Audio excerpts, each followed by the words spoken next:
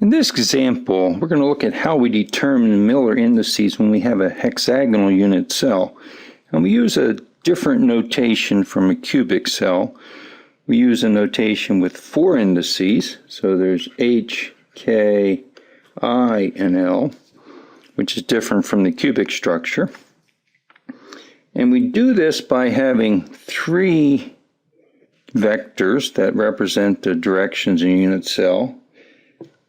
And the distances are the same, so A1, A2, this distance, that's the distance from here to here in each case. And having 3 vectors in the same plane is redundant. They're each at 120 degrees to each other.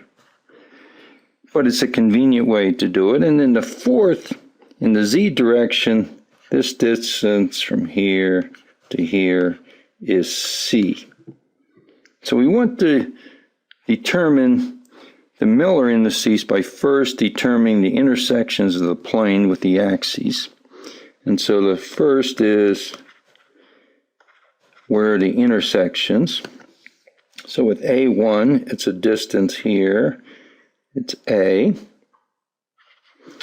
A2, this plane is parallel to the A2 axis, so it never intersects. So the intersection's infinity.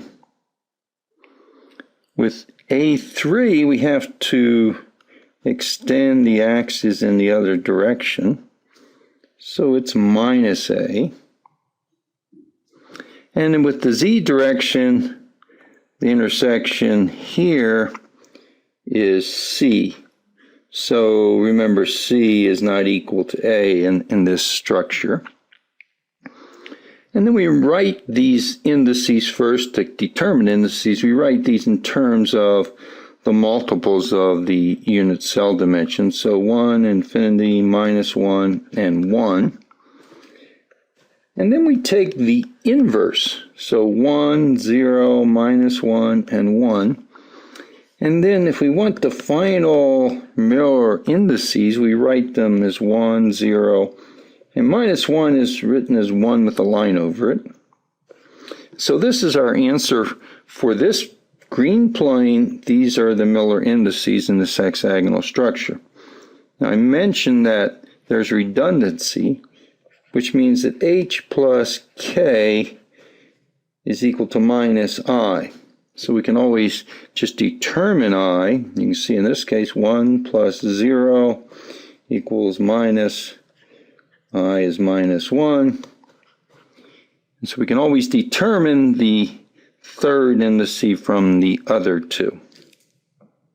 We can also look at another plane. We could look at this plane that I've colored in here, and we would see Miller indices. The intersections are infinity, infinity, infinity, and C.